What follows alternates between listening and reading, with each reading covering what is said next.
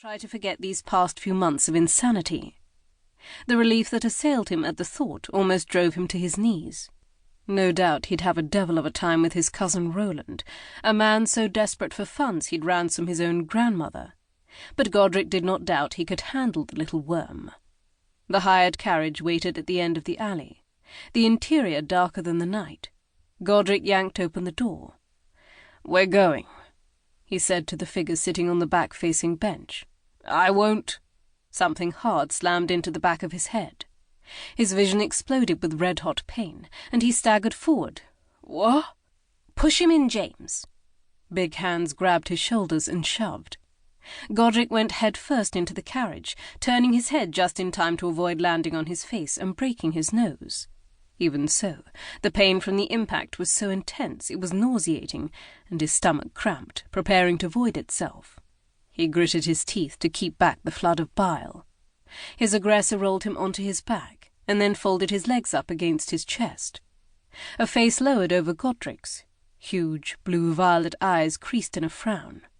Red lips parted. A lock of silky black hair. He blinked. "You—" "Hello, Lord Vissel."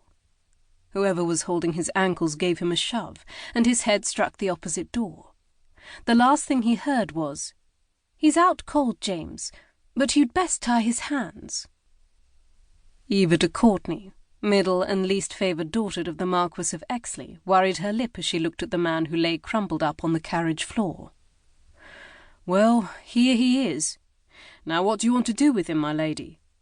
James had insisted on trading places with her, and was jammed into the back-facing seat, his expression mulish, his huge arms crossed over his chest. "You know what I want to do." For such a large man, he could make the most piteous sounds. "Oh, Lady Eva, are you sure you wouldn't—" "I'm quite sure. But you don't know what I was going to say. I've been able to read your mind since we were both old enough to crawl, James Brewster. You were about to try and talk me out of my plan.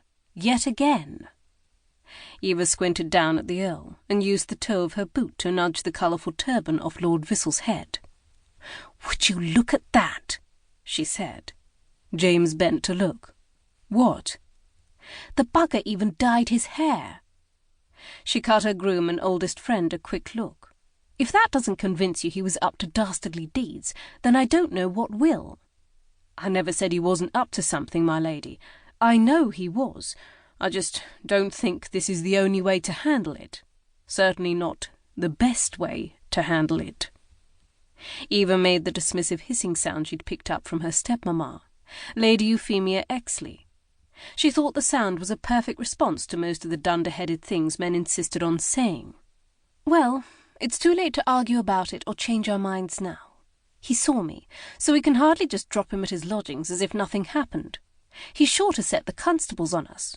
Or worse, my father." James chewed this over while the two of them gazed at Lord Vissel's unconscious form. "We could always cut his throat and dump him in a ditch." "My lady!" His eyes were as round as saucers. Eva laughed.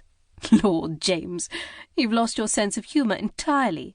Of course I wouldn't actually kill him, no matter how much he might deserve such a fate." "Perhaps we should sit him up, my lady. He's an earl, after all. I think we should get him off the—" "No, he's fine where he is," Eva said. "I checked his breathing. He's alive."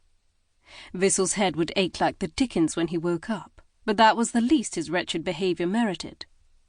James flung himself against the seat back, his abrupt movements causing the entire carriage to jostle.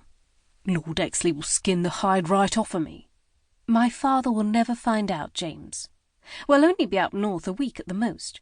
We can rent hacks for the ride back, and make the journey in a fraction of the time." "What if the Marquis checks on you before we return?" "Why would he? He believes I'm going to join my sister at Lady Repton's country house, but Melissa and Lady Repton aren't expecting me to visit for at least 2 more weeks. It's perfect." "A perfect disaster," James muttered. "You worry too much.